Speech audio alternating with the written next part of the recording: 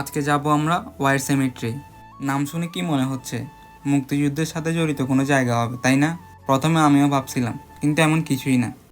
তো কি অবস্থা সবার? আমি রাকিব, আপনাদের সবাইকে স্বাগতম দ্য পুন্দার নতুন একটি ভিডিওতে। আজ শুক্রবার, তাই চিন্তা করলাম কোথা থেকে ঘুরে আসি। তো বন্ধুকে একটা কল দিলাম, ও বলল চল ওয়াই সেমেট্রিতে যাই। তো যেমন কথা তেমন কাজ, আমি রেডি হয়ে আমার R16 নিয়ে চলে যাই জিসি। তারপর আমার বন্ধুকে কল দিই, কিন্তু হালার পথে 5 মিনিটের কথা বলে পুরো 30 মিনিট আমাকে কড়া রোদের মধ্যে দাঁড়া করে রাখছে।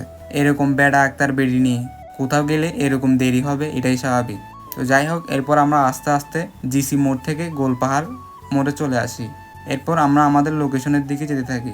আর আপনারা যারা যারা ওএসএমএটিতে যেতে যাচ্ছেন, আপনারা প্রথমে জিসি মোড় চলে আসবেন।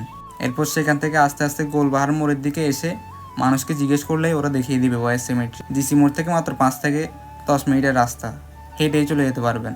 যাই হোক, এরপর আমরা আমাদের লোকেশনে চলে যাই। আর ভিতরে ঢুকে তো আমি পুরাই অবাক। আমি চিন্তাও করি নাই এই জায়গাটা যে এতটাই সুন্দর হবে। আসলে এই জায়গাটি মূলত একটি কবরস্থান। দ্বিতীয় বিশ্বযুদ্ধে মারা যাওয়া সৈনিকদের সমাধি এখানে। প্রায় অনেক সৈনিককে এখানে সমাধিস্থ করা হয়েছে।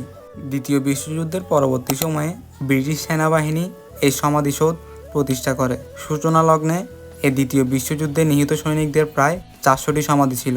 তবে বর্তমানে এখানে 731টি সমাধি বিদ্যমান আছে, যার 17টি অজানা ব্যক্তির। এখানে দ্বিতীয় বিশ্বযুদ্ধে নিহত জাতীয় বিদেশি সৈনিকদের প্রায় 20টি সমাধি বিদ্যমান। এছাড়াও এখানে দ্বিতীয় বিশ্বযুদ্ধের চট্টগ্রাম বোম্বের একটি স্মারক বিদ্যমান।